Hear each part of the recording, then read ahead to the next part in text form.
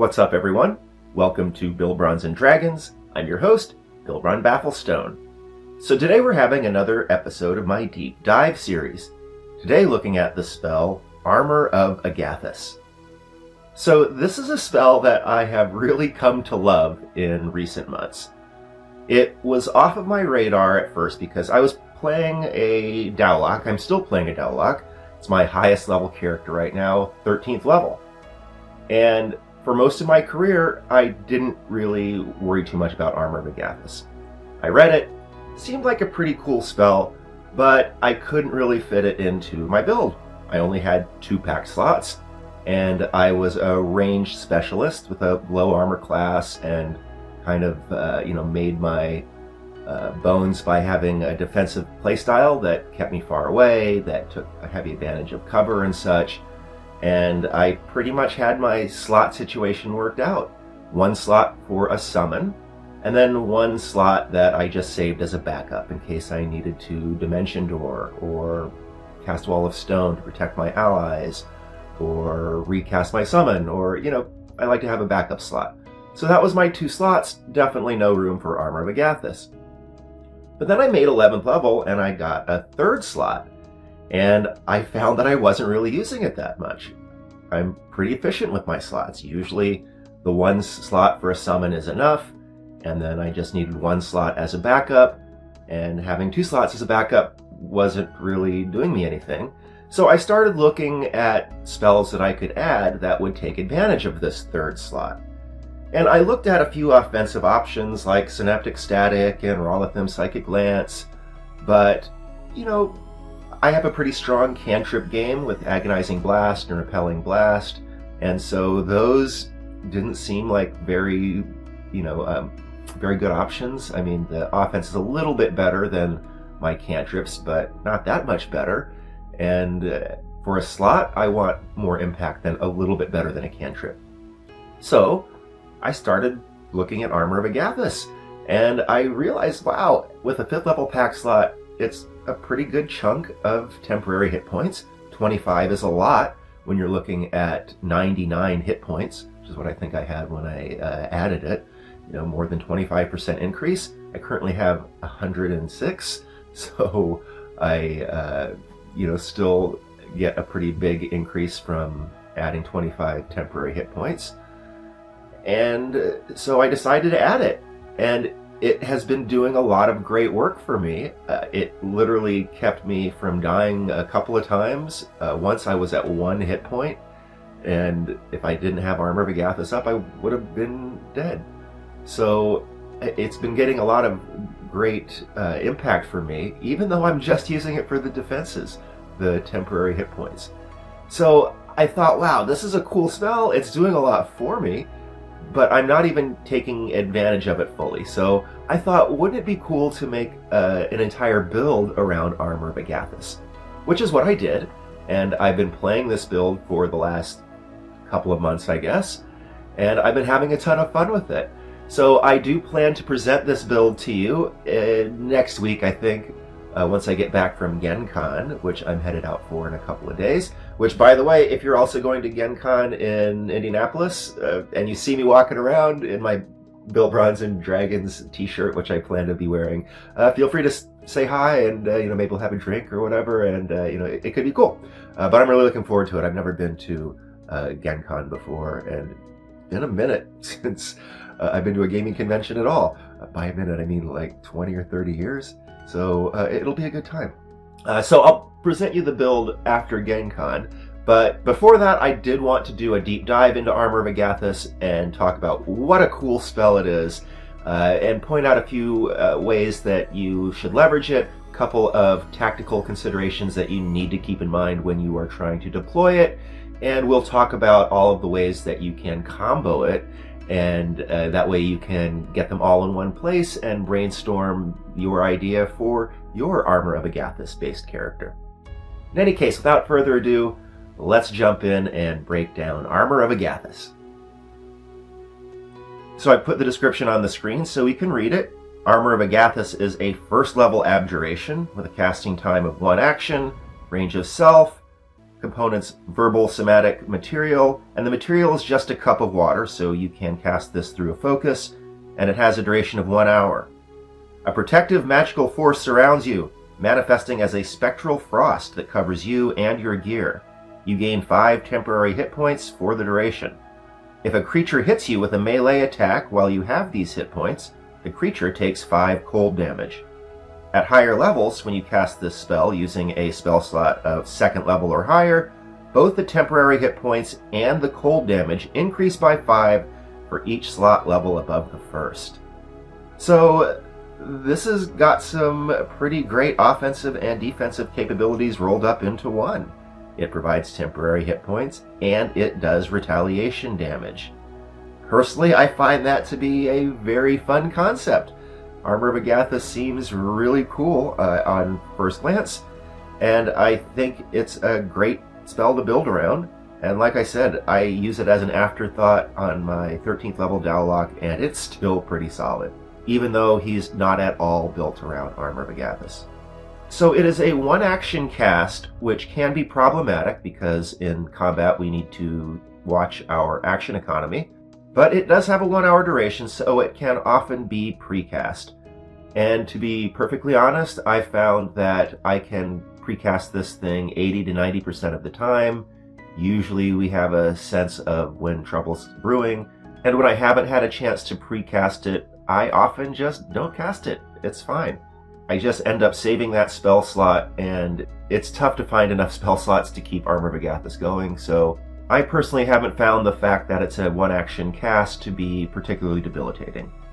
Now note that you can use Extend Spell Metamagic on it to get a 2 hour duration.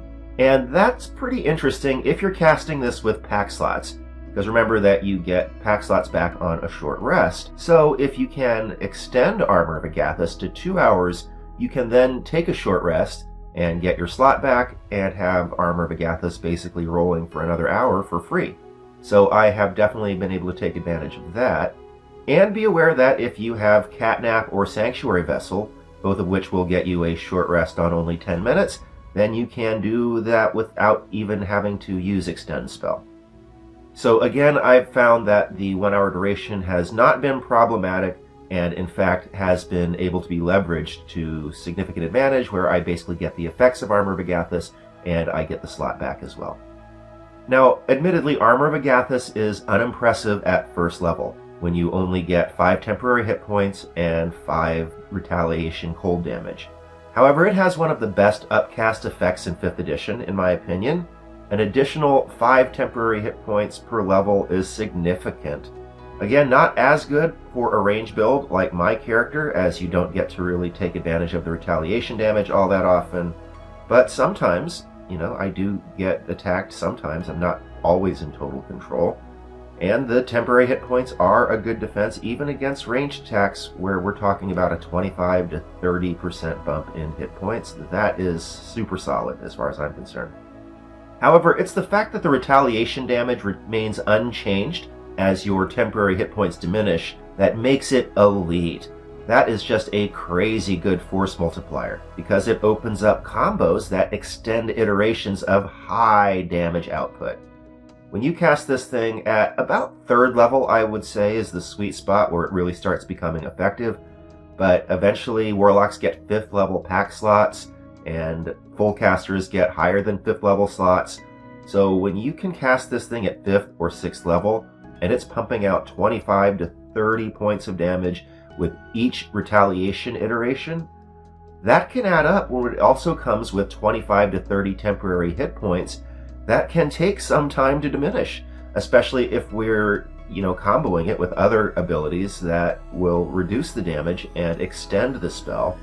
You could seriously get 4, 5, 6, 7 iterations of damage when at 25 or 30 a pop is quite significant.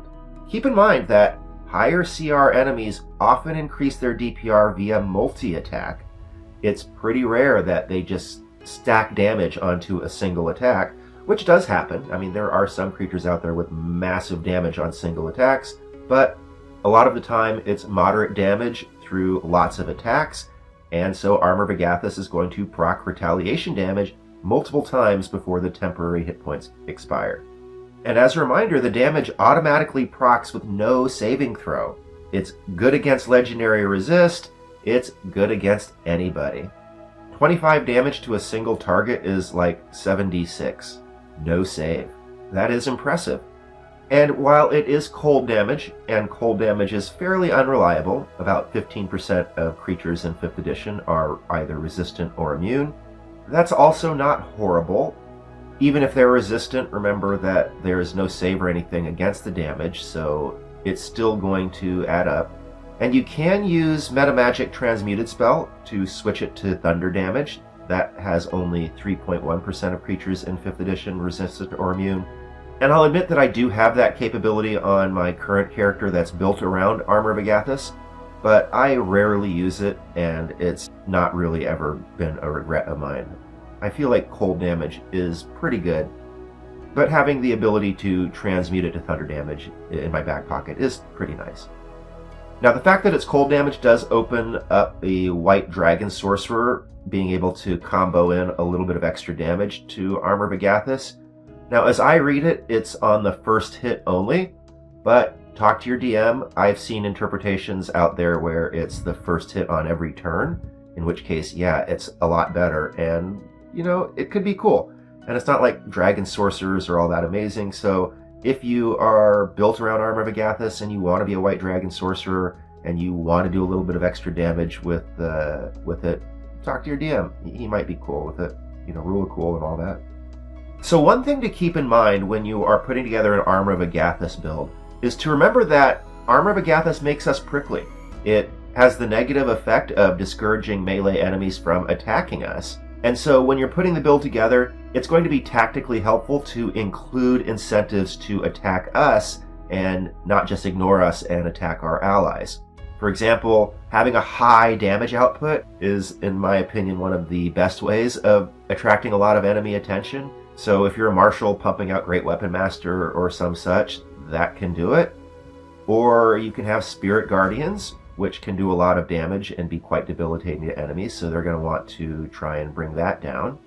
Or things like Thunder Gauntlet, which imposes disadvantage on attacking anyone but you. You can go prone and offer them attacks at advantage against you to incentivize them to attack you. Or you could have Ancestral Guardians, Compelled Duel, Goading Attack, Sanctuary. All those things will get them to attack you instead of other people. And you can even go so far as to run by your enemies and trigger opportunity attacks. I mean, they might wise up after the first one or two sees that you are imparting retaliation damage to people giving you opportunity attacks. They might refrain, but you can still probably get at least one or two out of it. Now, one thing that I did consider when I was making my particular Armor of Agathys build was keeping my armor class low. That's a pretty tempting incentive, because it lowers investment, right? You have to invest in a high AC. But I ultimately decided not to go with the low AC approach, and I'm pretty happy that I didn't. I don't recommend the low AC approach, because even with a high AC, it turns out that I get hit plenty. And Armor of Agathys is going to expire soon enough. It doesn't last forever, and you are going to be at some point without it, and then wishing that you weren't getting hit so much. So I've had a lot of success with just going prone. Even with my high AC, enemies are like, oh my goodness, attacks at advantage against this idiot who just went prone in front of us? I can't ignore that. And that has worked. I don't think you need a low AC to incentivize your enemies to attack you, because they will, and then you'll get hit, and then Armor of Agathys will go down, and then you will just be losing hit points, and you will be losing concentration. Because even though Armor of Agathys is a non-concentration spell, you aren't just going to be leaving your concentration free. You're going to be using it for something, like Spirit Guardians, or a summon, or haste, or something useful. And you don't want your concentration to be disrupted, and the more you get hit, the more your concentration is going to get disrupted. Although at some point you do want to buff your concentration, right? Get Warcaster, or Eldritch Mind, or Resilient Constitution, or a Mind Sharpener, or some such, but you're definitely going to want to buff your concentration if you are getting hit a lot. Now again, Armor of Agathys is no concentration, and that does open up some interesting combos, like Rage, or Wild Shape, or Polymorph. All of those are pretty cool, especially Rage, because you can cast Armor of Agathys before you rage, and then not only is it still active because it's not concentration, but it's going to be extended because Rage gives you resistance to at least bludgeoning, piercing, slashing, if not more, if you are a Bear Totem Barbarian. So that's a really strong tactical nuance that you're going to want to keep in mind when you're building your Armor of Agathys template. And one thing to keep in mind is that the benefit of the temporary hit points that you acquire through Armor of Agathys can possibly be marginalized by the currently abundant sources of temporary hit points in this game. So I might reconsider an Armor of Agathys build if you have an ally that is like a Protector Artillerist, or has one of those abilities that allows it to spam temporary hit points, Twilight Cleric or whatever. If you're constantly getting temporary hit points from another consistent source, this might not be the right build for that configuration. Personally, I'm playing it in a West March sort of environment where I'm constantly fighting with new people, different people, and so I've found that actually I don't often get temporary hit points from other people, so it's not been an issue. Having temporary hit points from Armor of Agathys has been very helpful. So how do you get Armor of Agathys, right? You want to assemble a build built around it. You're going to have to get it some way. So let's talk about those options. There are 3 what I am calling front door options, by which I mean you basically just pick a class and you have Armor of Agathys as part of your chassis. And those classes are Warlock.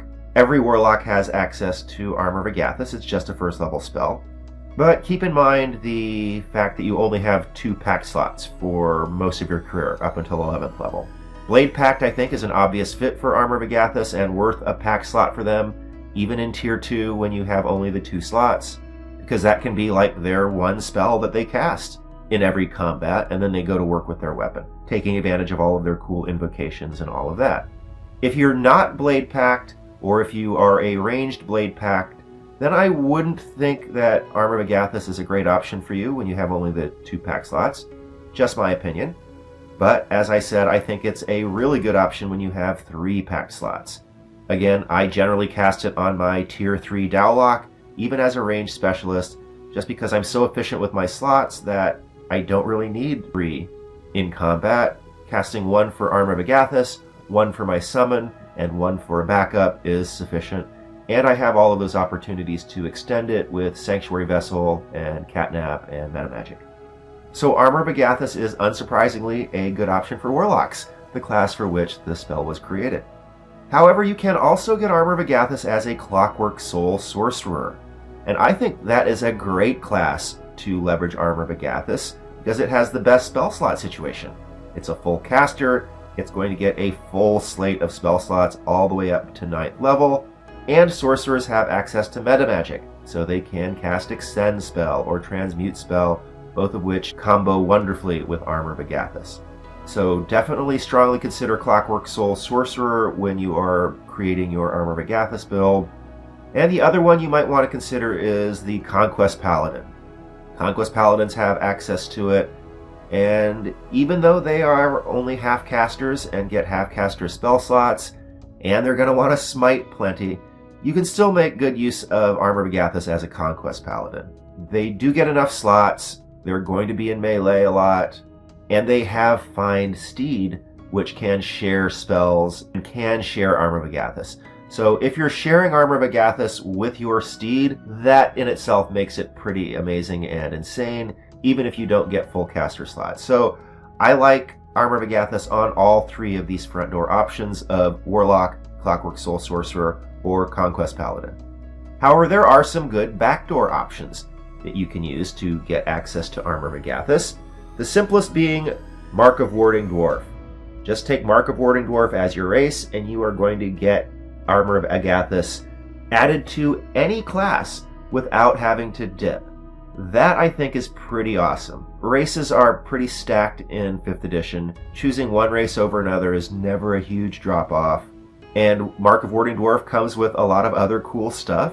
Resistance to poison and, other cool things. And all of the other Mark of Warding spells. So Mark of Warding Dwarf is a great option as an Armor of Agathys build, but it does take some other racial options off the table. There are some cool racial combos that you can do if you are not a Mark of Warding Dwarf so you don't necessarily want to go in this direction, but I think it's a really good option if you want to build around Armor of Agathys without taking one of the front door options.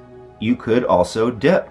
You could take a 1-level Warlock dip, which is a very simple option with a relatively low opportunity cost, considering that you get all of the other cool Warlock stuff too. Their subclass comes online at level 1, so you get a lot of good stuff. Hexblade, I think, is a really obvious 1-level dip that gets you a lot of good stuff, but there are a lot of good options amongst the first-level Warlock abilities, so that's a good way of getting Armor of Agathys. And then you combine it with a normal spellcasting class, and you have all of your slots, and it works. You could also dip Clockwork Soul Sorcerer, and this is a bit higher of an investment. You require 2 levels, and personally I find that to be a bit of a high opportunity cost just for Armor of Agathys, but I guess if you find the other stuff appealing, I mean, Restore Balance isn't really all that amazing, but Clockwork Soul does get some good additional spells. Sorcerers get 4 good cantrips, they get access to shield and absorb elements and other good first level spells, so you might consider a 2-level Clockwork Soul Sorcerer dip to add it as a backdoor option. Another decent backdoor option is being a bard and taking Armor of Agathys as one of your magical secrets. That, I think, is a pretty high opportunity cost. There are so many good spells that you can be adding with your magical secrets. I don't know if adding Armor of Agathys makes all that much sense, but it could certainly be fun. And in most cases, you don't need a build that's 100% optimized. Honestly, 50% optimization is good enough in most cases. There's tons of room to play fun builds in 5th edition, and it's not going to kill you. So if you want to play a Swords Bard or Valor Bard or some kind of Bard that fights in melee, you can use your magical secrets on Armor of Agathys, and it can be pretty sweet. Especially if you combo it with, like, Cutting Words. That would be cool. Now, there are a couple of other backdoor options that you can consider, but I think they're pretty bad. One is by being a Levistus Tiefling. That gets you 1 use of Armor of Agathys as a 2nd level spell, so 10 temp HP and 10 retaliation damage, but you can't use your spell slots to cast it again. That's a deal breaker for me. I'm not interested because I want to be able to cast it more than once. And same thing with Magic Initiate. As a feat, you can pick it up as a 1st level spell, but you only get 1 use of it. Again, you cannot use spell slots to cast it again, so deal breaker for me. Now, there are a multitude of combos that you can use with Armor of Agathys, so remembering that the retaliation damage always remains the same regardless of the level of temporary hit points that you have remaining, we are going to want to extend the duration of it and get more iterations of that max damage by reducing the damage that we take and making the Armor of Agathys last longer. Now note that when I talk about these combos, I'm going to be ignoring non-bludgeoning, piercing, slashing resistances, even though those can be good. If you're fighting, say, a fire elemental and you have fire resistance, that's going to be really good and extend your Armor of Agathys and all of that, but that just would have made it way too complicated. I'm going to be focusing on ways to reduce bludgeoning, piercing, and slashing damage. So there are a few racial abilities that you can use. If you are a Shadar Kai, you have Blessing of the Raven Queen, which will give you resistance to all for a proficiency modifier times per day. If you are a Goliath, you will have Stone's Endurance, which will directly remove damage once per short rest. And if you are an Earth Genasi, you have Merge with Stone, which will allow you to cast Blade Ward once per long rest per proficiency modifier, and that will get you resistance to bludgeoning, piercing, slashing for 1 round. That's pretty cool. You can also buff Armor of Agathys with other spells. We already mentioned Blade Ward, since Earth Genasis can do it as a bonus action, but I've actually cast it as my action a few times. I've often found that it's useful to just cast Blade Ward instead of dodging, because dodging means they're not going to hit me at all, whereas I would rather get hit and do the retaliation damage. You can also cast Investiture with Stone, or Invulnerability, or Stone Skin, or Warding Bond, which will get you resistance. Or you could do shenanigans with Magic Jar or Shape Change, which basically involves taking the form of something with immunity to bludgeoning, piercing, slashing, like a were-tiger or something. And then you're taking no damage from certain weapons and still proccing the full retaliation damage. Those are pretty esoteric, I think, but it's still possible to use those. Then there are a few feats that will help with Armor of Agathys. Most prominently, Heavy Armor Master. Heavy Armor Master is a great feat to combo with Armor of Agathys. It reliably removes 3 points from each hit of bludgeoning, piercing, and slashing, and that's going to extend your Armor of Agathys. I think Heavy Armor Master is a really strong feat, generally speaking. I think it has a reputation of being good in early tiers and bad in late tiers, but I disagree. I think it's still good in late tiers. Most creatures increase their damage output through multi-attack, and most creatures do not have magical attacks. It's not as useful in higher tiers, but it's still very useful in my opinion. You could also use Martial Adept to add a couple of fighting styles. Interception from an ally will help extend Armor of Agathys, and if you yourself have Superior Technique and choose Parry, you can also reduce the damage of an attack and extend your Armor of Agathys. For class abilities, there was a bunch, and I broke them down into further categories. So in the first category, we have Damage Reduction. These are abilities that are just going to straight reduce the damage that you take and extend your Armor of Agathys by proccing the retaliation damage without reducing the number of temporary hit points that you have. So the Arcane Ward of the Abjurer Wizard, Bastion of Law from Clockwork Soul Sorcerer, the Battle Master's Parry, Cutting Words from a Lore Bard, the Monk's Deflect Missiles, already mentioned Fighting Style Superior Technique for Parry and Interception, the Projected Ward of an allied Abjurer Wizard, Protective Field of a Psy Warrior Fighter, yourself or an ally, the Song of Defense of the Bladesinger Wizard, the Spirit Shield from an allied Ancestral Guardians Barbarian, the Uncanny Dodge available to Rogues and Hunter Rangers, and there's also a similar ability from the Primeval Companion of the Primeval Druid currently in UA, which might make it into gameplay, so I decided to mention it. Now, there are a few abilities that will transfer damage while still allowing you to take the hit. So if these come into play, you will get hit, but the damage will be transferred to someone else. You will still proc the retaliation damage, but your temporary hit points is not reduced at all. These would include Aura of the Guardian of an ally Redemption Paladin, the Divine Allegiance ability of an ally Crown Paladin, or the Protective Bond of the Peace Cleric, either yourself or an ally. Final category are abilities that confer resistance, which will obviously extend your Armor of Agathys.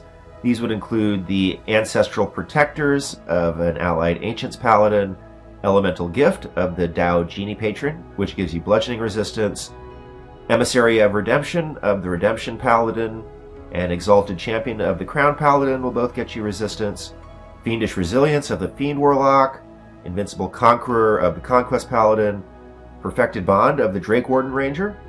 All will give you resistance. A Barbarian's Rage will do so as well, and I think that's a great combination here just because they can't normally cast spells when they're raging, but Armor of Agathys is not concentration, so they can cast it first and then go into Rage, and the resistance they get from Rage will extend it. So really cool combo there. And then the Forge Cleric's Saint of Forge and Fire, the Oathbreaker Paladin's Supernatural Resistance, and the Warding Maneuver of the Cavalier Fighter will all confer resistance to the Armor of Agathys user.